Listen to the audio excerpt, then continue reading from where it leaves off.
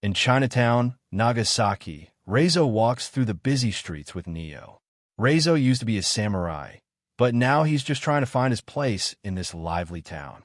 Everywhere he looks, there's something happening. People selling food, merchants shouting, kids running around. They pass through Dejima, the Chinese district, and then the pleasure quarters.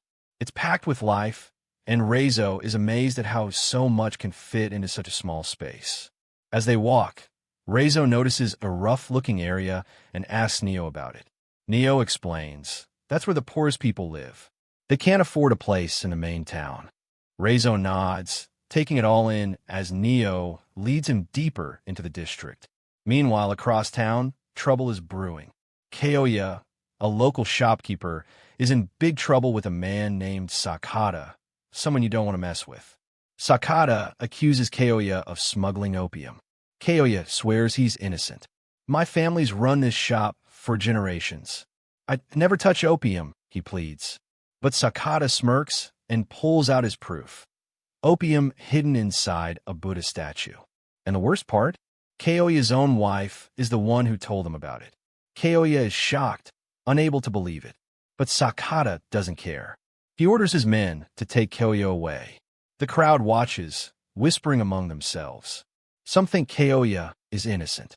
Others shake their heads, saying he should have just paid off the right people to stay out of trouble.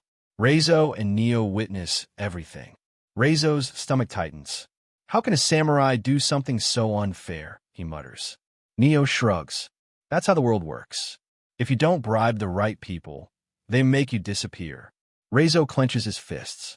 He hates this kind of corruption. But Neo smirks and adds, honestly, samurai who just follow orders without thinking, they're even worse. Later, Reizo meets Hana, a friendly young woman who lives in the same building as Soji, another member of their group. Hana welcomes Reizo warmly, but Soji? Not so much. Soji's a gambler, always looking for trouble, and he doesn't like the idea of sharing his space with an ex-samurai. But since he's behind on rent, he doesn't argue too much. Fine, whatever, he grumbles. The group gathers to talk about their next move. Yuen, their leader, lays it out. Sakata has been ruining lives with his opium business. It's time we take him down. Soji grins. I'll handle it. And Reizo's coming with me. Reizo hesitates. Fighting a corrupt man like Sakata? That's one thing.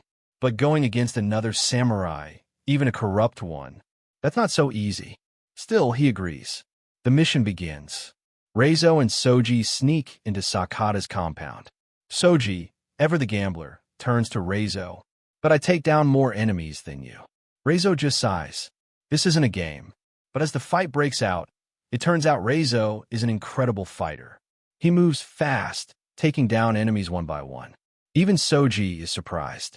Despite their rivalry, they work well together, covering each other's backs. When the dust settles, they compare their kills. It's a tie. Soji groans. A draw? No way. Reizo chuckles. You're not bad. Soji crosses his arms, but smirks.